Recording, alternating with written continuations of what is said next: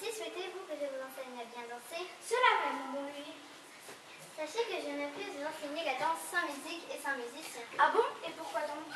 Mais comment pourriez-vous danser sans musique? Ce serait comme un royaume sans roi, une révolution impensable. Allons de ce pas dans ma demeure, nous y trouverons des musiciens qui sauront vous faire danser. Soit, allons de ce pas.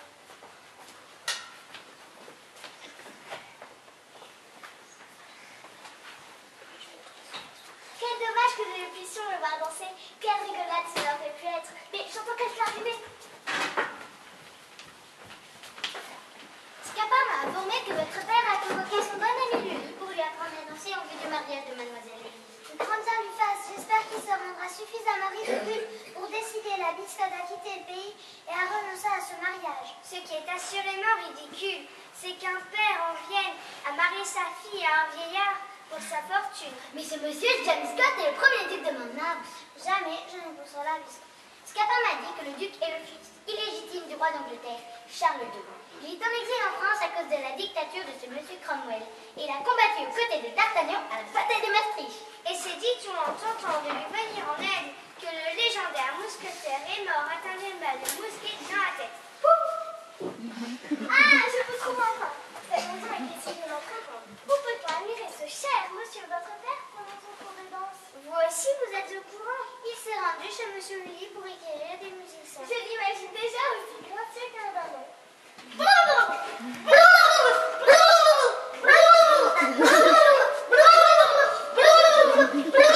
Allons de ce pas les y rejoindre, nous rirons bien. Et j'adore aller chez monsieur Lily.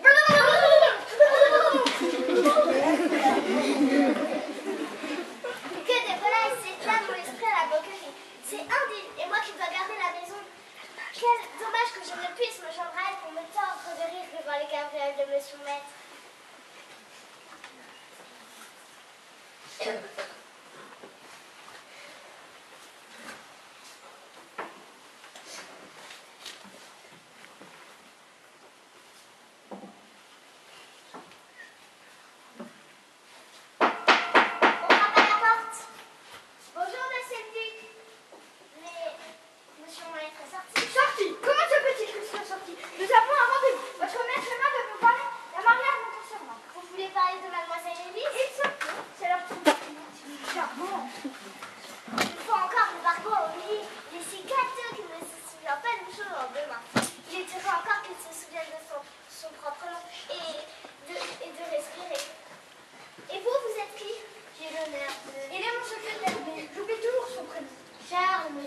Charles de Boyard. Ah oui, Charles le Béarnais. Pas exactement. Je suis Gaston et j'avais l'ardent désir d'entrer au service du roi dans la première compagnie des mousquetaires. Celle-là est commandée par le sieur d'Artagnan. Gaston lui-même est cousin par alliance de la sœur du mari de mon défunt père. Ah oui, d'Artagnan. Car à ses côtés, lors du siège de Maastricht, lorsqu'une une balle de mousquet lui emporta la moitié de la tête. Nous étions le 25 juin 1673, lors de la guerre que le roi lui menait contre les provinces. Ce cher d'Artagnan fut appelé en renfort. Il vint aider de jeunes officiers du GT. Ah, quel malheur! 4 mousquetaires de sa compagnie se sont fait tuer pour aller rechercher son corps très en avant de l'ennemi hollandaise. Le roi lui en fit très appelé. Les glorieux soldats, en effet, inventable assurément. Le Barbon ne garde de souvenir que de ces batailles. Vu son état, ça ne nous donne pas d'hier. Monsieur Chaumont s'est, me semble-t-il, rendu chez monsieur Lily pour s'y faire enseigner la danse en vue du mariage de sa fille.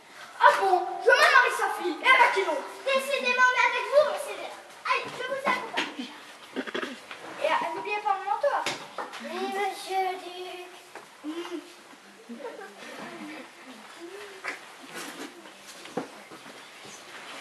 J'ai enfin trouvé le prétexte de me rendre chez monsieur Lily pour rire comme tout le monde.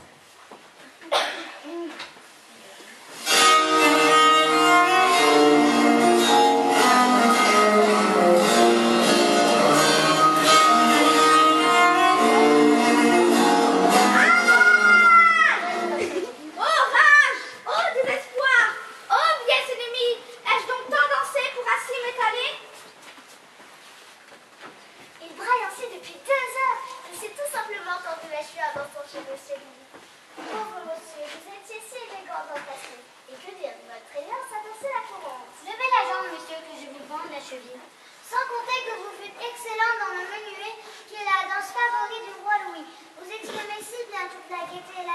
liberté qu'il convient, sans perdre en rapidité. Les variantes et les obliger à ce point maîtriser après une seule leçon, cela tient du prodige, père.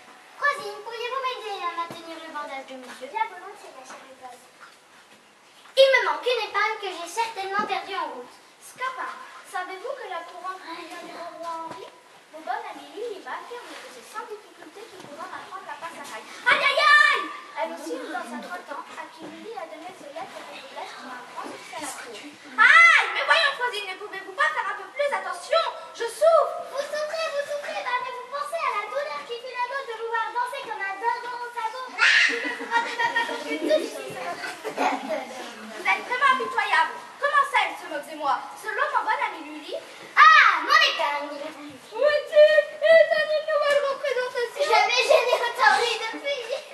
Oh, monsieur désire-t-il un chocolat? Nous venons de nous faire livrer. D'après l'épicier, c'est un très bel usage. Qu'avez-vous dit? Je suis sûre que jamais nous n'avions vu meilleur danseur. Personne n'osera donc vous dire la vérité, vous étiez minable. Minable?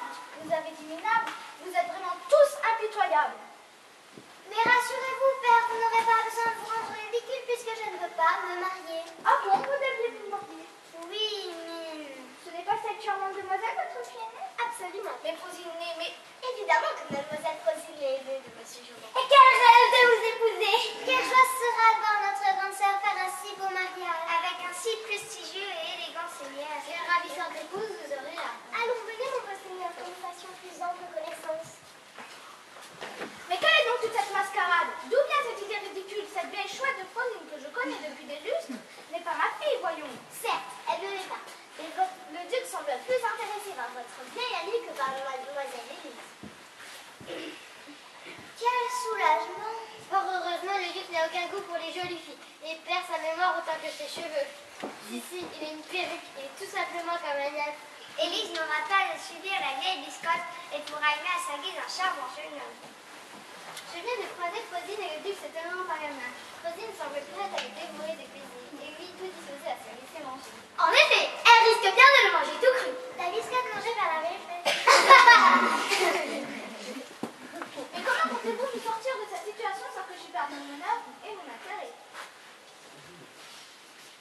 Frosine n'est pas votre fille? C'est très simple, adoptez-la. Adopter Frosine? Mais elle a mon âge et j'ai déjà 2 filles. Monsieur Lily a l'esprit vif et de bons conseils.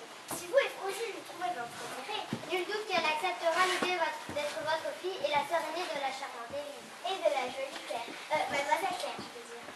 Et comment fait-on pour adopter une vieille chouette? Pour cela, il faut un avocat. Chouette, biscotte, avocat, ce n'est plus une maison, c'est une épicerie. Je connais un coquin avocat qui sait toujours nous arranger si nous marrons son complot. Il nous aura réglé cette petite affaire pour la matinée. Et s'il le faut, quelques petits arrangements. Tenez, Scapin, il faut bien quelques pièces d'or pour être débarrassé des mineries intéressées des Frosine. Et le bonheur de monsieur le duc n'a pas de prix. Père, avez-vous vu mon reine?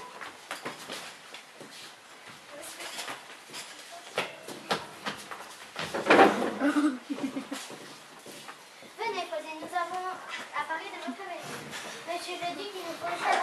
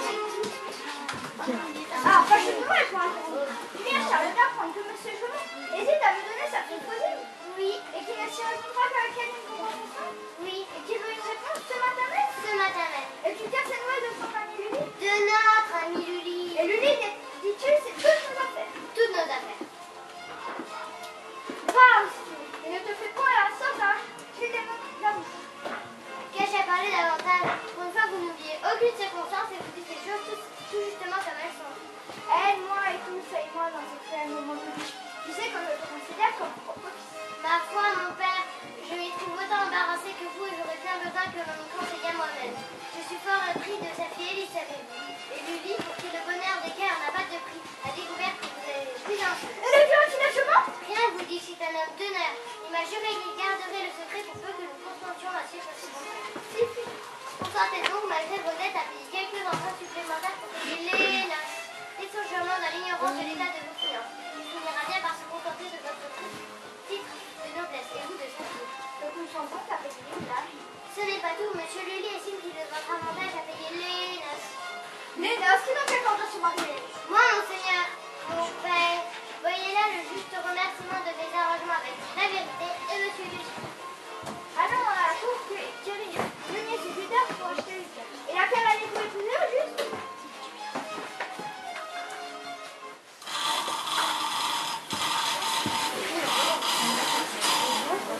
Vous voilà donc, fille de Monsieur Jeumont. Depuis le matin que je sais la chose, je ne peux m'arrêter de rire. La chose est drôle en effet, mais que ferait-on pour épouser un duc? Un duc chauve qui n'a pas d'âge et qui oublie jusqu'au nom de son secrétaire. Peut-être, mais je serais veuve avant que tu sois mariée, ma chère Nicole. Mon amoureux, certes, n'a pas de sous, il est beau, jeune et vigoureux. Tenez, voici votre certificat d'adoption. Voilà à présent une vraie demande. Une vraie jument. Mademoiselle Jument va-t-elle bien ce matin? Mademoiselle Jument désire-t-elle quelque chose? Je crois que je vais mourir de rire. Arrête, non, Nicole, tu vas attirer l'attention sur notre stratagème. Stratagème? J'aime ce mot. Stratagème. Nous voilà tous comploteurs. Ah, qu'est-ce que je m'amuse bien dans cette maison. Claudine, avez-vous pas remarqué cette petite bague que le duc tient à la main droite? Comment voulez-vous qu'une telle chose m'échappe? Elle est tellement belle. C'est un rubis d'un rouge éclatant, une goutte de sang, un cœur qui bat. Il va, en effet. Vous êtes un sacré coquin qui cache bien trouvé. Comment avez-vous fait pour vous emparer de la bague du duc sans que s'en aperçoive? Elle est tout simplement en ma possession depuis 25 ans, 2 mois et 18 jours. Vous m'intriguez, mon cher ami. Il faut m'en dire plus sous peine de subir quelques violences de ma part. Jurez-moi de garder le secret jusqu'à nouvel ordre et je vous raconterai la plus incroyable des histoires. Vous êtes bien plus que m'intriguer, mon cher ami. Vous m'excitez.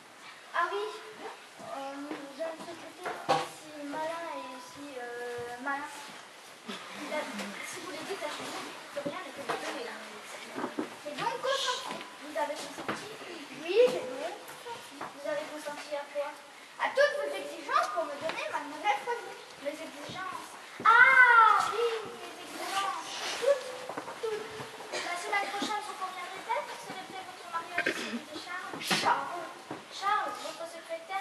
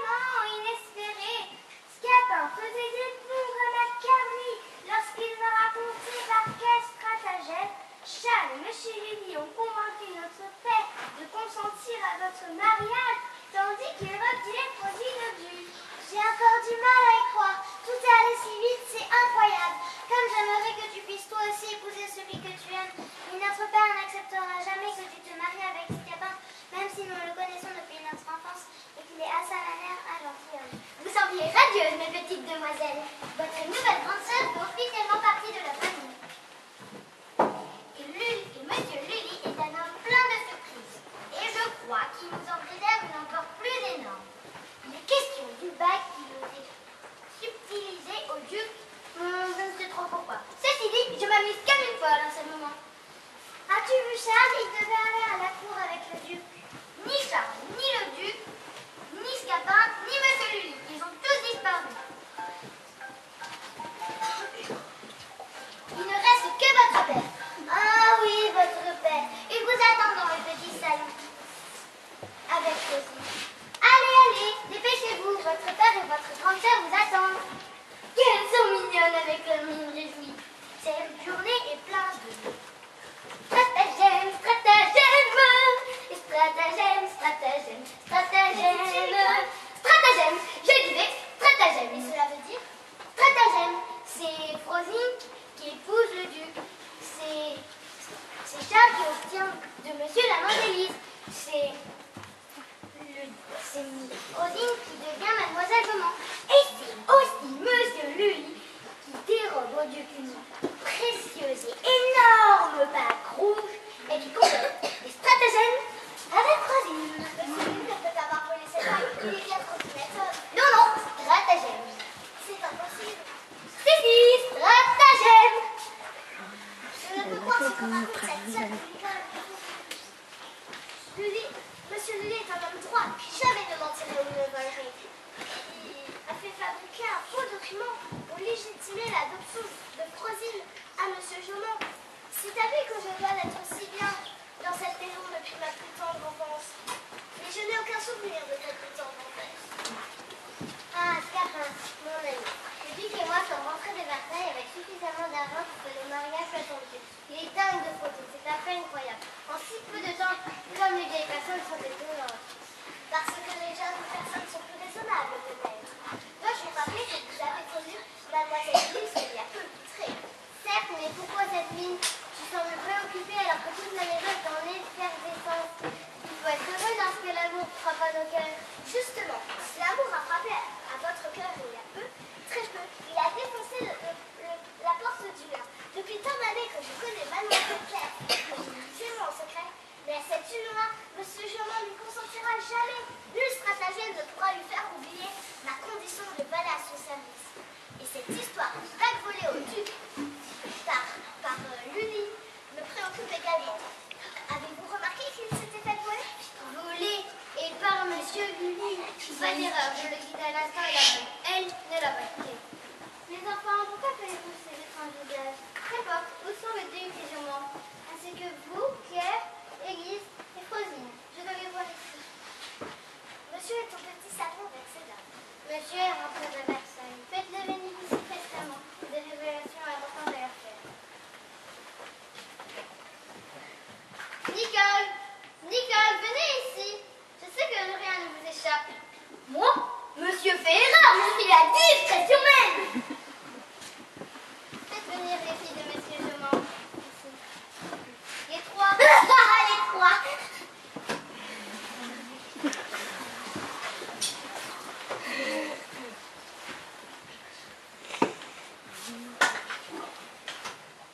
Quel est donc ce mystère qui lui vaut d'être convoqué de la sorte par monsieur Lully? Il ne s'agit pas de mystère, mais de stratagème. Que dis-tu, Nicole? Stratagème, je disais stratagème. Et cela veut dire? Mais il n'y a donc que moi qui connais ce mot.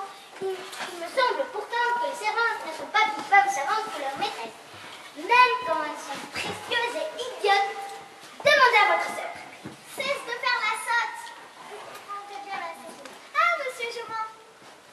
Notre père. Vous devez dire notre père maintenant. Mais où est donc Lully? Et pourquoi diable nous a-t-il demandé? Stratagème. Strata quoi? Stratagème. Tiens, voici le duc. Monsieur Lully m'a fait demander à votre sœur. Vous savez-vous la raison? Strata quelque chose. Stratagème. Savez-vous ce que cela signifie? Ruse de guerre, une feinte, une manœuvre. Ah, vous voilà tous réunis.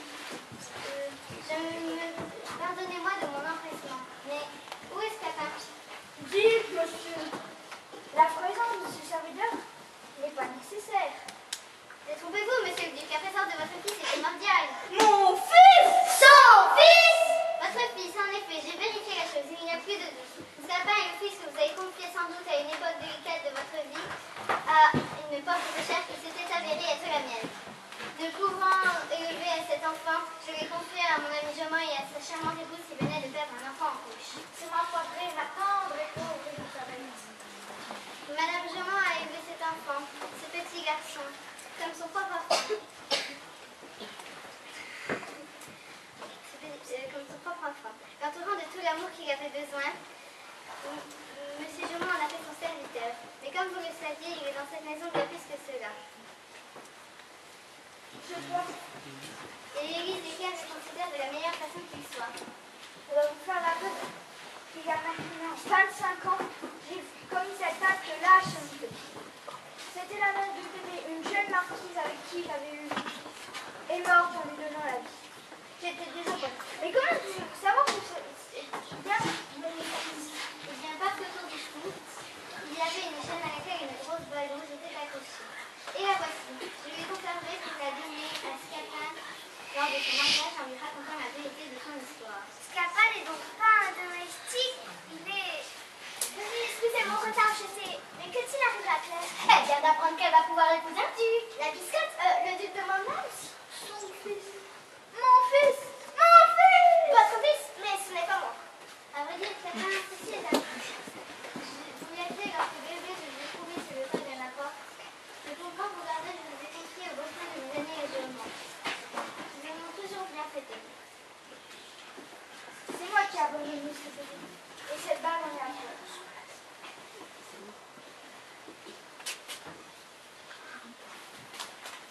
Monsieur, j'ai l'immense joie et le plaisir de demander la main de votre fille Claire, que je suis amoureux et que je chérirai toute ma vie. Y consentez-vous? Que dit-il? Y consentez-vous? Il dit qu'il veut vous épouser. Scapin, c'est sans hésitation que je m'empresse de vous dire que j'y consens. Que dit-il? Il consent, il accepte que tu épousses son Scapin, ton duc. Oh, Scapin! J'y consens et vous laisse l'honneur, monsieur le duc, de régler les menus détails de cette noce. Je me réjouis de ce dénouement heureux. Dénouement heureux et inattendu. Les familles doivent leur bonheur. Vous n'êtes plus qu'un musicien. Vous êtes aussi un amour précieux. Et le roi du stratagème!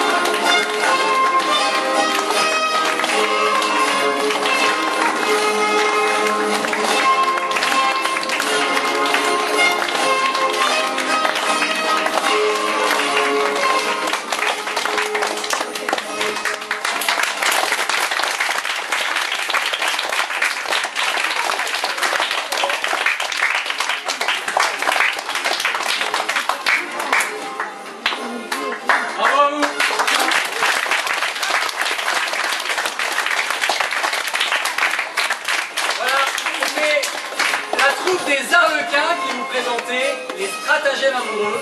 Je vous rappelle qu'ils ont imaginé cette histoire et qu'on a écrit des dialogues ensemble. Vous avez pu vous rendre compte à quel point ils étaient longs, il y a beaucoup de textes à apprendre.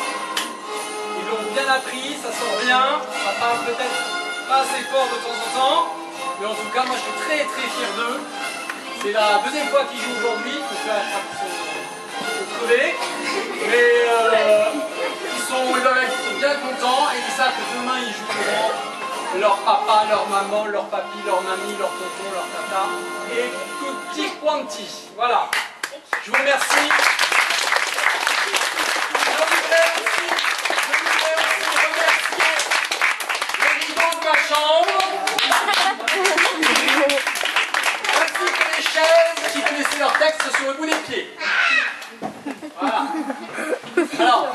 ceux qui sont au CE2 et au CM1, qui sont au CE1 et au CE2 et au CM1, l'année prochaine, vous pourrez faire partie de la troupe, hein, et peut-être imaginer une belle histoire dans laquelle on aura des beaux costumes. On fait tout de A à Z. On imagine l'histoire, on imagine l'époque, on imagine les décors, on fait tout. On fait même les affiches. Qu'est-ce qu'on fait encore? Les accessoires, les décors, je l'ai dit, les cheminées. Vous avez vu qu'on a une cheminée. Voilà. On imagine tout ça ensemble, on essaie de tout créer ensemble. Et on s'amuse bien, même si des fois je suis obligé de râler parce qu'ils ont été parfois insupportables. Il y a parfois aussi certains qui pensaient qu'ils allaient savoir leur texte un matin en se réveillant, comme ça, par hasard.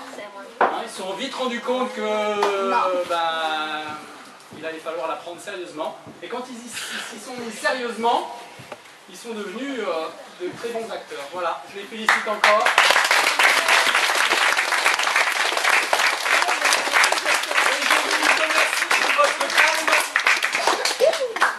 Relatif. Voilà. Alors vous allez sortir sans vous brûler.